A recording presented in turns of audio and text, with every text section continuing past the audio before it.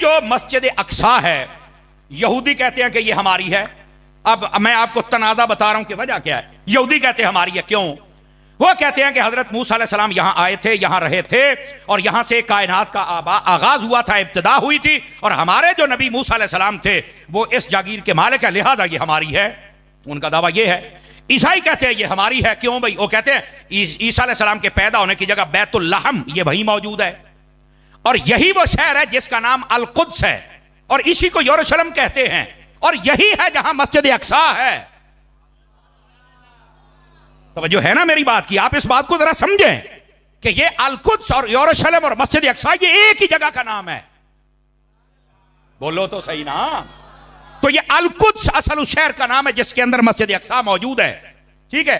अच्छा, वो कहते हैं ये हमारी है, क्यों? वो कहते हैं ईसा अलैहिस्सलाम इत्थे जम्मे ने, ए जगह ही साडी है। हजरत ईसा अलैहिस्सलाम पैदा होए ने ते साडे नबी दे पैदा होने दी जगह है, ते बंदा जमदा ते अपने घर है ना, ए साडी है। उन्हां दी है दलील है।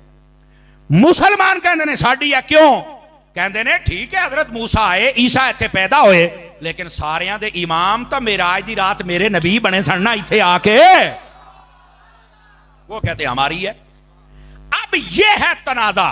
यहूदी अपनी तरफ खींच रहे हैं, ईसाई अपनी तरफ खींच रहे हैं, और मुसलमान जिनका असल हक है, चूंकि यहूदी दीन भी खत्म, ईसाई दीन भी खत्म, मनसूख, अब दीन है तो फकत दीन मोहम्मदी, इसके अलावा कोई दीन नहीं है।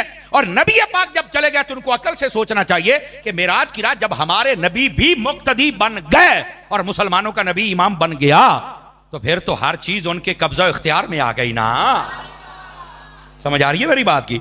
ये असल तनाज़ा है। वो कहते हैं साडा है, ये मुकद्दस मकाम तीनों मजहबों के लिए। ईसाई कहते हैं साडा है, यहूदी कहते हैं साडा है, मुसलमान कहते हैं साडा है। फिर हुआ क्या? ये भी हिस्ट्री है। ये 14 अगस्त 1947 को पाकिस्तान बना था। सितंबर, अक्टूबर ते नवंबर, ये नवंबर का महीना था, और 1947 थी जब अक़वाम मुत्तहिदा ने मस्जिद अक्सा के 2 हिस्से कर दिए। जैसे ये मस्जिद अक्सा है, इसके 2 विचाले चुमारी कंध, अगला मशरक वाला हिस्सा दे दिता यहूदियां नू, भाई तुसी ले लो, पिछला हिस्सा दे दिता मुसलमानों नू। अब ये मैं आपको बता रहा हूं कि असल ये मसला बनया कितों है। बाकी पूरे शहर को उन्होंने गिरा, मस्जिद अक्सा को अभी कुछ नहीं कहा। आज तुम वीडियो देख रहे हो ना कि गिर गई मस्जिद, नहीं गिरी, बिल्कुल सलामत है, एडी छेती नहीं जे डिगनी, क्योंकि वो यहूदी कहते हैं कि साडी ओनू ढाउण ते फिर मारदे ने। अद्धा हिस्सा मुसलमाना दा कोल है, ते मुसलमाना भी नहीं ढाउणी, मुसलमान ते पहले मस्जिद नहीं ढाउंदा, बचाउंदा है। अब ये असल कशमकश है, और यहूदी वहां पर पावरफुल होते होते उन्होंने आहिस्ता आहिस्ता करके ना थोड़ा थोड़ा जमीन पर कब्जा करना शुरू कर लिया, और उनको सपोर्टेड अमेरिका था, और बाकी जितने भी कुफर मुल्क थे वो सारे उनको सपोर्ट करते रहे, और वो एक ताकत में आ गया, और उन्होंने आहिस्ता आहिस्ता वहां से मुसलमान हुक्मरानों का कत्लेआम शुरू किया, और अब वहां पर गजा को खत्म किया, और कहते हैं ये सारे निकल जाए यहां से, हम इनको यहां नहीं रहने देंगे। जबकि हदीसें बताती हैं, नबी पाक ने फरमाया बैतुल मुकद्दस की हिफाजत करने वाला गिरोह वो होगा, इनको अगर खाने को भी कुछ ना मिले, पीने को भी कुछ ना मिले, ना ये अपना मुल्क छोड़ेंगे ना मस्जिद अक्सा को छोड़ेंगे। अब जो मेरे नबी ने कहा है वो कभी झूठ तो हो नहीं सकता, वो तो रहेगा सच। और यही वजह है कि मुसलमान वहां पर हर रोज सैकड़ों की तादाद में शहीद हो रहे हैं, लेकिन वहां की औरतों और बच्चों को भी सलाम है कि वो मस्जिद अक्सा को खाली छोड़कर नहीं जा रहे, चूंकि उनकी हिफाजत करना यह बशारत मेरे मुस्तफा ने अता फरमाई है, इसलिए वो मुसलमानों पर जुल्म सितम कर रहे हैं। चाहिए तो यह था कि सबसे पहले सऊदी अरब स्टैंड लेता, पाकिस्तान स्टैंड लेता, लेकिन सऊदी अरब नू अपनी पई है, पाकिस्तान नू अपनी पई है। ऐसा ही है ना जी। इन हुक्मरानों को चाहिए, तुम्हारे ऊपर नजरें हैं पूरी दुनिया की, और तुम पूरी दुनिया पर राज कर सकते हो, लेकिन तुम आपस दाखिली इंतशार में बहुत ज्यादा, कोई है सियासी पार्टी नू जेल अंदर निकलोता है, कोई एनू तू निकलोता है, कोई एनू, वो अल्लाह दे बंदे केड़े यब नू पै गए हो, केड़ी मुसीबत नू पै गए हो, और तुहानू होया की है यार, क्या मुसीबतें हो तुम यार? खुदा का खौफ करो। इस पाकिस्तान के आपसी इख्तलाफात से निकल कर तुमने तो पूरी दुनिया के अंदर निकल कर और पूरी दुनिया की कमांडें करनी थी, और तुम आके आपस में लड़ाई झगड़ा तुमने शुरू कर दिया हुआ है। और देखो जब बंदे आपस में लड़ते हैं ना, इधर देखो मेरी तरफ, तो फिर कुफर पता कैसे फायदा उठाता है। आप देखो 3 दिन हो गए इंडिया ने तुम्हारा हशर क्या किया हुआ है, और वैसे भी उनका जो मीडिया है वो खबर देने में ऐसे लगता है, उन्होंने खबर सुन लो ना तो एवं ही लगता भी जहाज जड़े ने ना वो शेखुपुरा टप्पे आते रहे उन्होंने। हाँ हाँ, मजाक तो अलावा इत्थे आ ननकाने दे नेड़े नेड़े जे ते 10 मिनट बाद फैसलाबाद पहुंचने वाले जे ये हो गया। मैंने कहा ये एक अलग मसला है, कुफर में इतनी ताकत नहीं होती, मुसलमान के साथ इतनी जल्दी पंगा नहीं लेता, लेकिन वो आहिस्ता आहिस्ता करके एक एक बंदे को मारता है, जैसे गजा फलस्तीन में किया। और वैसे दूसरी तरफ ऐलान कर दिया कि हम तुम्हारा पानी बंद कर देंगे। देखिए पानी बंद करना तो हमारे आर्मी चीफ ने कहा, इसका मतलब यह है कि यह जंग है और असी तो दसांगे तुसी पानी किवें बंद कीता है। और उम्मीद यह है कि हमारी फौज, हमारी दुआ और हमारे जज्बात उनके साथ हैं, असी पानी खुलवावांगे। लेकिन मैनू इंडिया की समझ नहीं आती भी पीना तो तुसी गां दा पिशाब है, पानी काहदे वास्ते बंद कीता जे। इसे तरह ना जी को गल ते दसो ना यार, वो पीना तो तुसी फिर गां दा पिशाब है और पानी बंद कर दियो केना दा, जिना जमजम पीना है। इनके साथ ऐसा रवैया ना रखो, तो समझ नहीं होनी तो होया की है। और ये पहलगाम के अंदर एक ड्रामा रचाया, कितने सियाह मर गए हैं, हाल हाल बात। पाकिस्तान ने अच्छा जवाब दिया, इन्होंने कहा कि फजाई सरहद बंद है, कोई तुहाड़ा जहाज साडे उत्ते लंघ सकदा, अच्छी बात है। और दूसरा इन्होंने भी कहा 48 घंटे ने सारे इंडियन निकल जाओ इत्थों, असीं तुहाड़ा बंदा को नहीं रखना, अच्छी बात है। और साथ में बॉर्डर उन्होंने कहा तुसी बात ऐसी भी बंद कीता, को चूड़ियां नहीं पाईयां। और हमारे आर्मी चीफ साहब ने यह भी कहा है, उन्होंने कहा जिद्दां दा तुसी हमला करोगे इंशाअल्लाह ओदे तो तकड़ा जवाब आएगा। और यहां पर पहली तो बात है, आलमी दुनिया को समझना चाहिए कि ये अगर जंग लग गई तो ये एक एटमी जंग होगी, याद रखो, बचेगा कोई भी नहीं, ठीक है। पहली तो बात है दानिशमंदी से काम ले, और दूसरी बात ये है कि ये झूठा प्रोपेगेंडा है, इससे बचें। और तीसरी बात ये है, हमारे हुक्मरानों को इधर देखो, हमारे सहाफियों को, हमारे मजहबी बंदों को, हमारे ताजरों को, हमारे सियासतदानों को, हमारी ये फौज को सोचना पड़ेगा कि आखिर ये सारे हम पर हमलावर क्यों हो रहे हैं। कहीं हम आपस में इख्तलाफ तो नहीं ज्यादा कर बैठे। आपस के इख्तलाफात को खत्म करो। सहाफती तौर पर, तिजारती तौर पर, सियासी तौर पर जितने इख्तलाफात है, तलखियां कम करो। मजहबी तौर पर जितने इख्तलाफात है कम करो, मेहरबानी करो, खत्म करो और सारे एक पेज पर जमा हो जाओ। इन्हें बताओ हम मुसलमानों की भी हिफाजत करना जानते हैं और अपने मुल्क वतन अजीज की भी हिफाजत करना जानते हैं। समझ आ रही है हजरात के कोई नहीं आपको? तो इस वास्ते जब मुसलमान आपस में अपनी सीटों की तरफ देखता है तो फिर कुफ्र इन पर हमला आवर होता है। लेकिन अल्लाह की रहमत के साथ हमारी फौज एक ताकतवर फौज है, और यही बात है, जिनकी फौज ताकतवर होती है उन पर कुफ्र जल्दी हमला नहीं कर सकता। इसी वास्ते 3 दिन हो गए इंडिया की हिम्मत नहीं, लेकिन उन्हें ओछे हथकंडे जरूर इस्तेमाल किए। लेकिन मेरी दुआ है अल्लाह ताला मेरे मुल्क की हिफाजत फरमाए। जाहिरी सबब फौज है, अल्लाह हमारी फौज को ताकत और हिम्मत अता फरमाए। और फौज को भी हम ये कहते हैं कि जो बंदियां दी लोड़ पवे तो फिर दसिया जे या रसूल अल्लाह कहने वाले आप पढ़ाओगे इंशाअल्लाह। और तीसरी बात मैंने जो कही है, बार बार दोहरा रहा हूं, हमारे सियासी तौर पर, मजहबी तौर पर, सहाफती तौर पर ये जितने इख्तलाफात हैं इनको खत्म करना होगा। हम इतना आपस में उलझ गए कि देख लो दुश्मन हमें आंखें निकालने लग पड़ा। मैंने एक वीडियो देखी छोटी सी, उसके अंदर ना 2 बारहसिंगे थे, वो आपस में लड़ रहे थे और पीछे से शेर आया, उसने हमला किया और दोनों को मार डाला। नीचे तहरीर लिखने वाला लिखता है, उसने कहा जब बंदा अपनों से लड़ता है तो दुश्मन यूं फायदा उठाता है। अपनों से लड़ना बंद कीजिए। आप जितने घरों में हैं अपने भाइयों से मत लड़ा करें। जब आप भाई आपस में लड़ते हैं ना, अपनी बरादरी, जब आप बरादरी से लड़ते हैं, अपने शहर से ना लड़ें। जब आप शहर से लड़ते हैं तो फिर दुश्मन आपका वो हशर करता है कि आपने सोचा कभी नहीं होता। अपने भाइयों के साथ रहें, अपने मोहल्ले वालों के साथ रहें और अपने शहर वालों के साथ रहें। ये आजकल जो नौजवान है ना, छोर छिक्कर, नवे नवे सियासतदान, अल्लाह दा नाम जे, थोड़ा पीछे हटो, ऐ सियाने बंदियां दे नाल बैठ के इन्हां दे कोल सीखो कि तुमने एक दूसरे की इज्जत कैसे करनी है, कदर कैसे करनी है, काम कैसे करना है। छोटियां छोटियां गल्लां ते अगले दे नाल मुखालफत पा के बह जांदे हो। मेहरबानी फरमाओ, अपने हाल पर भी मेहरबानी करो और बाकी मुसलमानों के हाल पर भी मेहरबानी फरमाओ। समझ आ रही है कोई नहीं आ रही? ये हमारा फरीजा है मेरी जान, हम जो मिंबर पे बैठ के अदा कर रहे हैं कि तलखियां कम करो, इख्तलाफात कम करो, झगड़े कम करो, ताकि दुश्मन तुम्हारे से फायदा ना उठा सके। और जब तुम एक मजबूत अफराद बन जाओगे तुम भी तरक्की कर जाओगे और तुम्हारा मुल्क भी तरक्की कर जाएगा। ठीक है, ये 2 बातें आपको समझाना मकसूद थी। अब आ जाइए जरा तीसरी बात की जानिब। थके तो नहीं है आप हज़रात? इंशाल्लाह 12 घड़ियों पे बजेंगे, मुंहों पे नहीं बजने देंगे इंशाल्लाह। उससे पहले पहले आपकी जान छोड़ दी जाएगी, लेकिन उतनी देर तक आप मुझे टाइम दीजिए ताकि फकीर आपकी खिदमत में बात अर्ज करे। यह है जमीनी हकायक गजा के तबार से और ये इंडिया और पाकिस्तान के हवाले से, ये जमीनी हकायक हैं। अब आ जाइए थोड़ा अगली बात, ऐसे मुआमलात होते क्यों हैं? याद रखिए, कुरान और हदीस का मुताला कर लें। ऐसे मुआमलात तब आते हैं जब बंदा कुरान और सुन्नत का रास्ता छोड़ता है। मेरे बेटे बातें बंद करेंगे? बेटे दोबारा मैं फिर गुजारिश पेश कर रहा हूं, मेरे बच्चों आपकी हमें बहुत जरूरत है। इधर देखें मेरे बेटे, प्लीज, आप हमारी फौज हैं ते तुसी साडी पनीरी हो, तुहाडी मैनू बड़ी लोड़ है ते नबी पाक भी बड़ी बच्चियां नाल शफकत करदे सन ते तुसी शफकत करवाओ यार, मेहरबानी करो। हैं, अल्लाह आपको खुश रखे। जरा तवज्जो मेरी तरफ रखिए। तीसरी बात यह है, ऐसे मौके तब आते हैं जब बंदा अपनी मन मर्जियां करता है और कुरान और सुन्नत का रास्ता छोड़ देता है। खुदारा हम नीचे से काम शुरू करें, होना तो चाहिए ऊपर से काम शुरू हो, लेकिन ऊपर वाले जो भंग पी के सुते ने तो चलो थल्ले वाले आपा जाग जाने। हमें चाहिए कि हम अपने मुआमलात को अल्लाह रसूल के हुक्म के मुताबिक बजा लाएं। क्या मैं उम्मीद करूं कि ये मामला हो सकता है?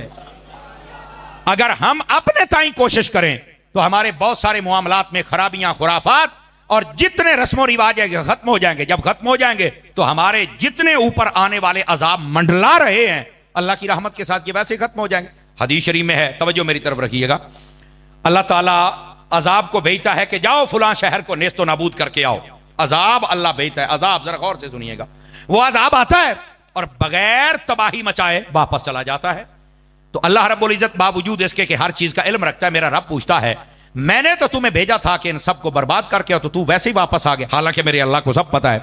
तो वो अजाब कहता है बारी ताला मैं गया था, मेरा इरादा था कि मैं इन सबको बर्बाद कर दूं, लेकिन मस्जिद में बैठकर एक बंदा तेरा जिक्र कर रहा था, दूसरा तुझे सजदा कर रहा था और तीसरा तुझसे दुआ कर रहा था। ये ऐसे बंदों को जब मैंने देखा है तो मेरा इरादा बदल गया कि इनको अजाब कैसे दूं जो तेरा जिक्र कर रहे, जो तेरी इताअत और फर्मा बरदारी में मसरूफ हैं।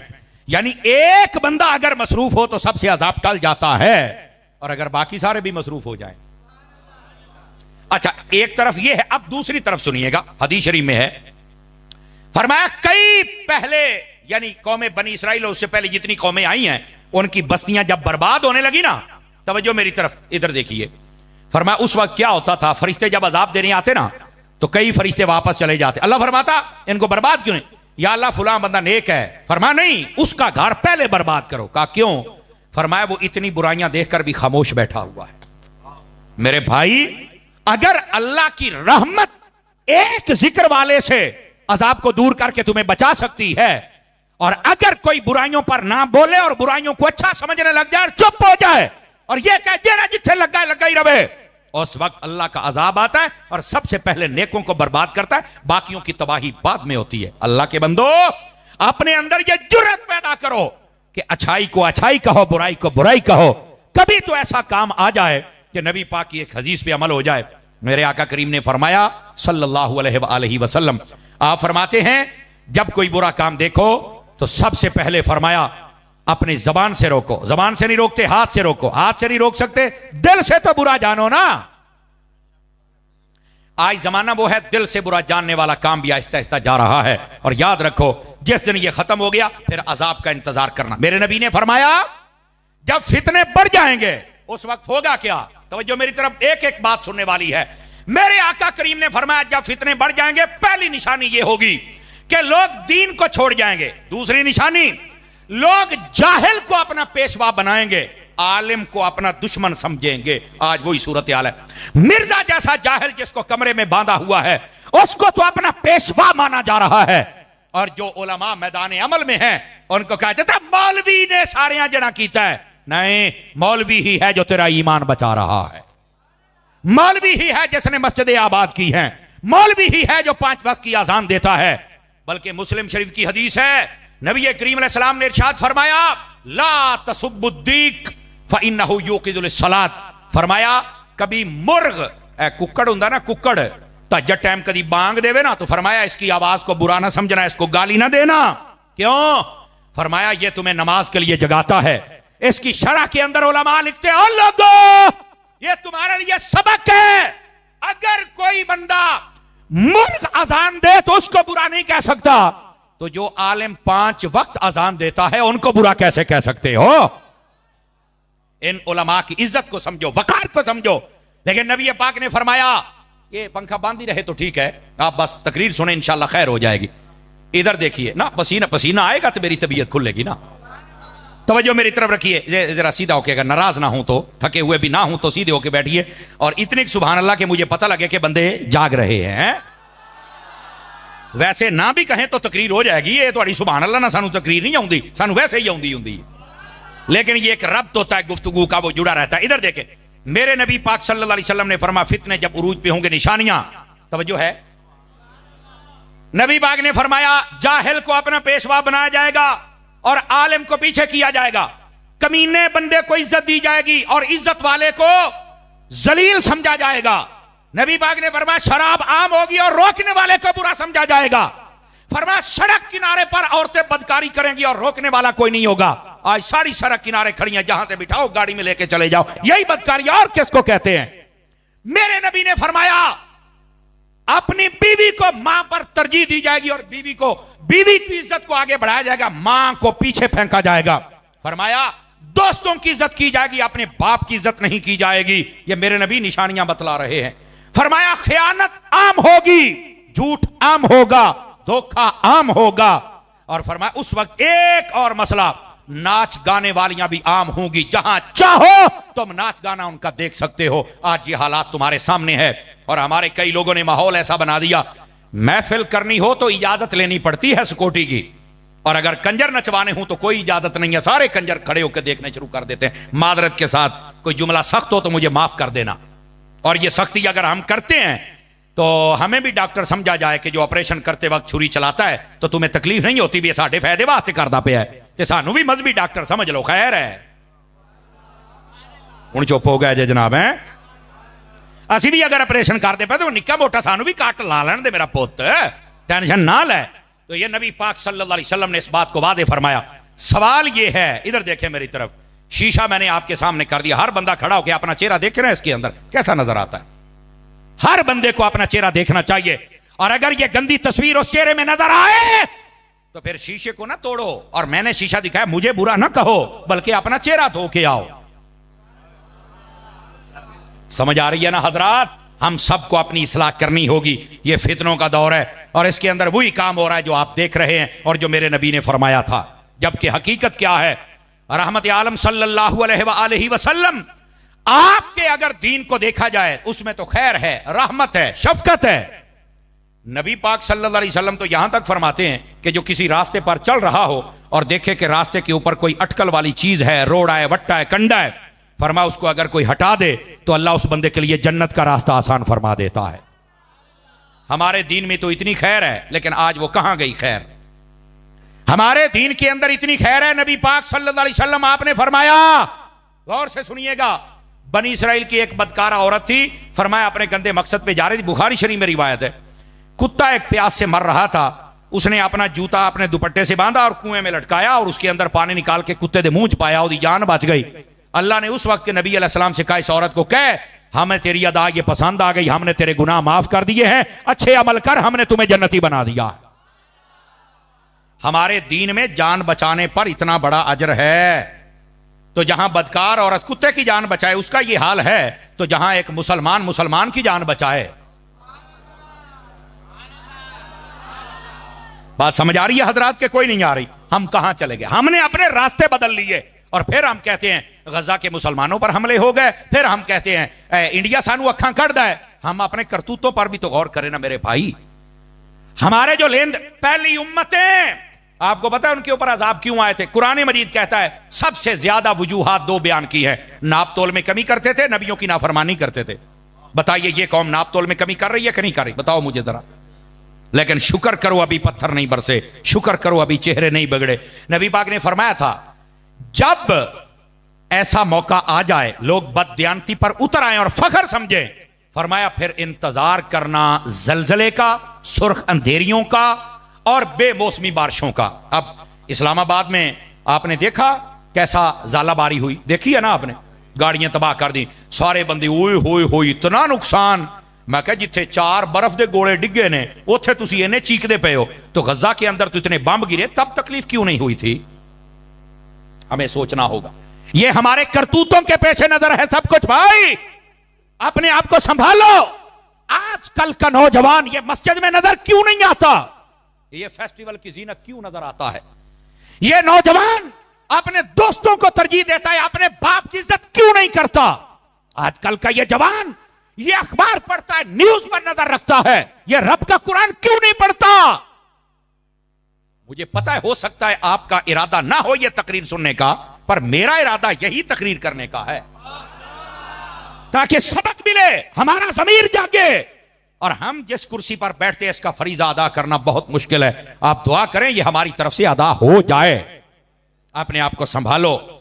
नबी पाक सल्लल्लाहु अलैहि वसल्लम, आपकी अहादीस पढ़ो, नबी पाक ने फरमाया वो जवान जो जवानी में तौबा करता है अल्लाह रब्बुल इज्जत क़यामत वाले दिन अर्श का साया अता कर देता है। वो बंदा जिसका दिल मस्जिद में लग जाता है अल्लाह क़यामत वाले दिन अर्श का साया अता करता है।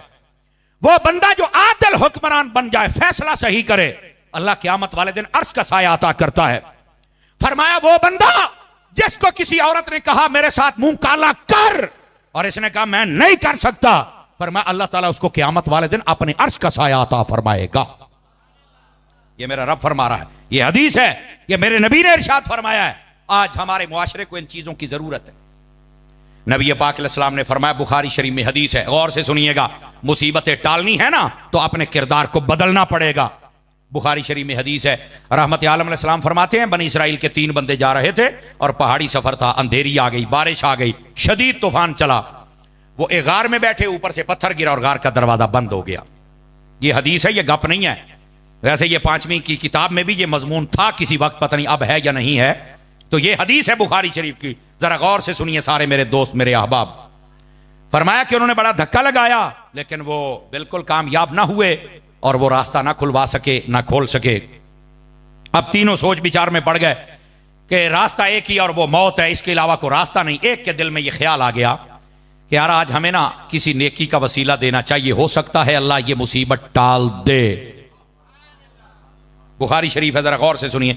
एक ने कहा ठीक है मैं अपनी नेकी का वसीला देता हूं। उसको अपनी जिंदगी की ये नेकी याद थी। सुनिए क्या वो कहता है, बारी ताला तेरे तो इल्म पाक में है कि मेरे माँ बाप भी थे और मेरे छोटे बच्चे भी थे और मैं बकरियां चराता। जब मैं वापस आता था तो मैंने कभी अपने बच्चों को दूध पहले नहीं पिलाया था, मैं पहले अपने माँ बाप को पिलाता था। मेरे अल्लाह ये सिर्फ तेरे नबी की तालीम की वजह से तेरी रजा के लिए मैं करता था। और उसने कहा, ये बुखारी में, बारी ताला वो रात तो मैं तो भूल सकता हूं पर तू कैसे भूले, तू तो रब है, कि जब मैं आया और मेरे माँ बाप सो गए, मेरे बच्चे बिलक रहे थे, मैंने दूध उनको नहीं पिलाया, पहले अपने माँ बाप को पेश किया, बाद में बच्चों को।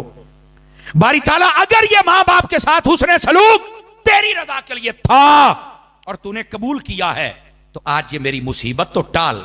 फरमाया ये कहने की देर थी, पत्थर को झटका लगा और बाहर से रोशनी की लकीर आना शुरू हो गई। उनको समझ आ गई कि नेकी कबूल हो गई, ये वसीला। दूसरे से कहा तू अपनी नेकी याद कर। मेरे सारे दोस्त गौर फरमाए, छोटे बड़े।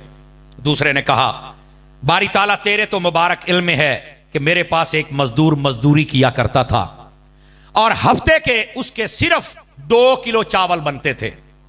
कितने किलो भाईजान? 2 किलो। और बारी ताला तेरे तो मुबारक इल्म है कि एक मर्तबा मैंने जब उसको 2 किलो चावल दिए तो उसने मुझे कहा कि मेरी अमानत है तेरे पास, मुझे कोई जरूरी काम है, मैं जा रहा हूं, जब भी वापस आया मैं ले लूंगा, मेरी अमानत को संभाल के रखना, मैं बड़ा गरीब हूं। बारी ताला फिर तेरे इल्म है ना कि वो एक अरसे तक नहीं आया, मैंने वो चावल जब खराब होने लगे तो जमीन में डाल दिए, उसकी पनीरी बन गई, फिर मैंने उसको मजीद काश्त किया तो वो पहले 2 किलो थे, फिर 2 बोरे बन गए। फिर वो बंदा नहीं आया तो मैंने उनको बेचकर एक गाय खरीद ली, फिर वो गाय ने बच्चे देने शुरू कर दिए, फिर वो बंदा नहीं आया, 2, 4, 10, 15, 20 गाय हो गई। तो फिर मैंने एक गुलाम खरीदा जो उन गायों को चराया करता था। बारी ताला इतने यानी 30-40 साल के बाद वो बंदा आया और आके कहता है, ऐ अल्लाह के बंदे मेरे 2 किलो चावल दे दे। तो बारी ताला तुझे तो पता है मैंने 2 किलो चावल नहीं दिए थे, मैंने कहा था ये गायें भी तेरी हैं। ये बुखारी शरीफ है, ये सारी गायें भी तेरी हैं, ये गुलाम भी तेरा है। और उसने रो के मुझे कहा था, यार गरीबों का लोग पहले बड़ा मजाक उड़ाते हैं, मेरा मजाक ना उड़ा यार, मैं पहले पता नहीं कितना सताया गया हूं और इतना अरसा पता नहीं कैसे, मेरे 2 किलो चावल दे दे, जो मेरा गुजारा होगा मैं कर लूंगा, पर मजाक ना उड़ा, मैं बड़ा गरीब हूं यार। लोग तो पहले गरीबों को बड़ा सताते हैं। तो मैंने मुस्कुरा के उसे सीने लगाया और उसे कहा था, ए अल्लाह के बंदे ये गाय भी तेरी है, ये गुलाम भी तेरा, ये सारा रेवड़ तेरा है। बारी ताला वो रोता भी था और खुशी से मुझे दुआएं भी देता था और जा रहा था, ऐ अल्लाह अगर ये नेकी तेरी रजा के लिए थी तो आज मेरी मुसीबत तो टाल। उसने जब ये वसीला दिया तो कहा कि फिर पत्थर को एक झटका लगा और मजीद रोशनी आई, लेकिन बंदा बाहर नहीं जा सकता था। फिर तीसरे बंदे को कहा तू भी नेकी याद कर, तो वो रोने लग पड़ा। उन्होंने कहा क्यों रोता है? कहता यार है राज की बात पर आज मुझे करनी पड़ेगी। और क्या बात है? वो कहने लगा मेरे बारी ताला तू तो जानता है कि मैं अपने चचा की बेटी पर फिदा हो गया था। मेरे अल्लाह हमने आपस में राब्ता शुरू किया और एक मकाम तय किया कि जहां पर हम बदकारी करें। अरे अल्लाह हम वहां पहुंचे और वहां पर करीब था कि हम ये कालक अपने मुंह पे मल लेते, लेकिन उस औरत के मुंह से निकला कि हमें रब से डरना चाहिए। बारी ताला फिर तुझे पता है ना कि मेरे जिस्म पर कपकपी तारी हो गई, ना मैंने कुछ किया ना उसने, हम तौबा करते भाग निकले। बारी ताला अगर ये नेकी तेरे डर से थी, तेरी रजा के लिए थी, तो आज ये मुसीबत तो टाल। कहा ये कहने की देर थी, पत्थर को झटका लगा और सारे रास्ते खुल गए। अजीजो अपने किरदार को बदलना पड़ेगा। और उलमा ने लिखा है जो चाहता है मेरी रुकावटें हट जाएं, उस बंदे को चाहिए कम से कम ये 3 नेकियां करे। मां बाप की इज्जत करे, हर रुकावट दूर हो जाएगी। फरमाया दूसरी गरीबों का हक न खाए, हर रुकावट दूर हो जाएगी। और तीसरी कभी बदकारी ना करे, अल्लाह सारी रुकावटें दूर फरमा देगा। फरमाया सिर्फ दुनिया नहीं कब्र के अजाब को भी दूर कर देगा, हशर की रुसवाई को भी अल्लाह दूर फरमा देगा।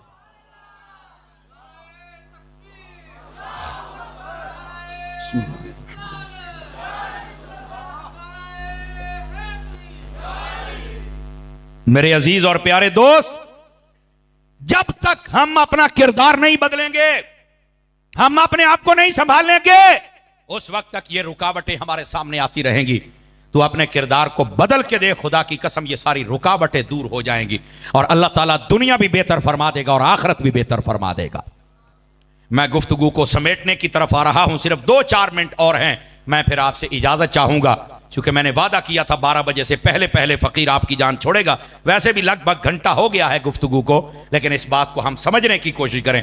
इतनी बड़ी तादाद में हम लोग बैठे हैं और हम सुस्तियां करते हैं कुरान पढ़ने में, नमाज पढ़ने में, और हमारे मुआमलात के अंदर कितनी सुस्तियां हैं। और लोगों ने ना अपना अपना एक दीन बनाया हुआ है। जो दुकान बना के बैठे कहते हैं इसके हलाल कमाना भी तो इबादत है, तो भाई नमाज पढ़ना इबादत नहीं है। और जो नमाज पढ़ता है उसको कमाने की फिक्र नहीं हो, कहता भाई नमाजा पढ़ो, अपनी कबर सीधी करो, क्या जड़े बाकी 6 जब में नहीं है उनके सीधा करना है। आप तवज्जो नहीं फरमा रहे मेरी बात पर। हर बंदा अपने ज़हन के मुताबिक ज़हन बना के, और खुद मुफ्ती ना बनो, दीन को समझो मेरी जान। नबी पाक सल्लल्लाहु अलैहि वसल्लम आपकी सुन्नत के मुताबिक जब दीन पर कोई अमल करता है, अल्लाह ताला इतना अजर देता बंदा सोच भी नहीं सकता। मेरे आका करीम अलैहिस्सलाम ने फरमाया, तवज्जो हो तो सुना दूं हदीस आपको अगर जाग रहे हैं तो। रहमत आलम अलैहिस्सलाम ने फरमाया, जो बंदा फजर की नमाज पढ़ के अपने घर से निकलता है, वो अल्लाह का झंडा अपने हाथ में लेके निकलता है। इसकी शरह में उलमा ने लिखा है, फरमाया जिधर भी जाता है अल्लाह फतह अता फरमा देता है। तो जिन्होंने ने राती 2 बजे सोना तो सवेरे 12 बजे उठना है, कैसे फजर पढ़ोगे? मेहरबानी करो अपनी आदत बदलो। फिर कहते हो दफ्तर जाते हैं काम नहीं होता, रिश्वत देनी पड़ती है। माशाल्लाह तू आया ही बड़े सीधे तरीके नाल है। समझ आ रही है ना? अब दूसरी बात, मेरे नबी ने फरमाया जो फजर की नमाज पढ़े बगैर निकलता है वो शैतान का झंडा अपने हाथ में लेके निकलता है। तो जिदे हथी शैतान का झंडा होना है उन्हें कामयाबी लभनी है। नमाज फजर, ये हदीस है। दूसरी हदीस रहमत आलम अलैहिस्सलाम ने इरशाद फरमाया, जो बंदा ईशा की नमाज पढ़ के सो जाए अल्लाह ताला उसको आधी रात इबादत का सवाब अता फरमाता है। हदीस आधी रात, मुस्लिम शरीफ में हदीस है। तो एक सहाबी ने पूछा हुजूर बाकी आधी रात का क्या बनेगा? फरमाया जो बंदा उठ के फजर पढ़ ले अल्लाह ताला बाकी आधी रात भी इबादत का सवाब अता फरमाता है। मुझे बताइए सोने पर कौन इबादत का सवाब देता है? ये मेरा रब है जो अता फरमाता है। यही वास्ते हमारे उलमा फरमाते हैं अगर महफिल सारी रात की और नमाज ना पढ़ी तो फरमाया इसका सवाब उतना नहीं है जितना नमाज का सवाब है। और ये फर्ज नहीं है, नमाज फर्ज है। समझ आ रही? इसका ये मतलब नहीं आज तो बात महफिल नहीं करी, महफिल कर, पर यह ऐलान नहीं होना चाहिए। ईशा की नमाज होती है ना, तो बाद में मौलाना साहब ऐलान करते हैं, हजरात ईशा की नमाज हो गई या जल्दी जल्दी मसीते आ जाओ तो आप महफिल शुरू करिए। तो मैं क्या नमाज ही सारे चले गए ने अखे आहो, तो मैं क्या हूं बेनमाजिया ना महफिल शुरू करनी है। सवालिया निशान तो है ना। मेहरबानी करें, ईशा की नमाज आप पढ़ें और ईशा की नमाज के फौरन बाद तिलावत और एक नात हो जाए और एक तकरीर हो जाए, अल्लाह अल्लाह खैर सलाह, 10 बजे सलाम पढ़ दें, सारे काम पर जाएं, दुकान पर जाएं, नमाज भी पढ़े, खैर भी हो जाए, बरकत भी हो जाए। समझ आ रही है हजरात? मशवरा है, अमल तो जरा तुसी करना सानू डाढ़ा पता है, लेकिन कामज का मशवरा देने में हराई तो नहीं ना मेरी जान। तो अपने आप को थोड़ा संभालिए मेरे अजीज। ये है नबी पाक सल्लल्लाहु अलैहि वसल्लम की सुन्नत और ये है तरीक। और मैं आपको एक और बड़ी पते की बात बताऊं, सारे भाईजान तवज्जो करें तो सुनाऊं। ये मुहद्दिस अलीपुरी पीर सैयद जमात अली शाह साहब रहमतुल्लाह अलैह, आपके मलफूजात में ये बात मौजूद है, पढ़ सकते हैं आप। आपसे पूछा गया कि अल्लाह ने हलाल में बरकत रखी है या हराम में? तो फरमाया हलाल में, हराम में बरकत नहीं है। कहा कैसे? फरमाया देखो ये जो बकरी है या गाय है या भैंस है, साल के अंदर ये जब बच्चा दे तो गाय भैंस एक बच्चा देती है, और अगर वो उम्मीद से हो तो ना हो तो कहने देना है। समझ आ रही ना? बकरी होती है तो एक बच्चा हाथ दो, हूं जिन्नी मंगाई हूं 2 वाली बकरी है ही कोई नहीं, शायद कोई हो गए, वरना पहले बकरियां 4-4 बच्चे भी देती थी। ये बात भी समझे आप हजरात। अच्छा, इसके बावजूद कि इनके पैदा होने की रेशो कम है, कुर्बानी पे ये हलाल होते हैं, शादी ब्याह थे, होटल थे, ऐसे ही है ना, लेकिन इसके बावजूद इनके रेवड़ नजर आते हैं। इसके मुकाबले आप बिल्ली देख लें, कुत्ती देख लें, उसके बच्चे ज्यादा होते हैं, 6-6, 8-8, 10-10 गलूरे, तो 6 महीने बाद उन्हें सूना है, लेकिन इसके बावजूद आपको रेवड़ नहीं नजर आते। हालांकि है ये भयानक बात, घिन वाली बात, लेकिन समझाने के लिए कहना पड़ रही है मुझे। इनको जिबा करके कहीं पर जैसे बाकी जानवर इस्तेमाल होते हैं, इनके इस्तेमाल भी कोई नहीं करता, ना ये जिबा किए जाते हैं, ना इनके और कोई मसरफ है, पैदा भी ज्यादा होते हैं, इज्जत फिर कोई नहीं। क्यों? फरमाया बरकत हलाल में है, हराम में नहीं है।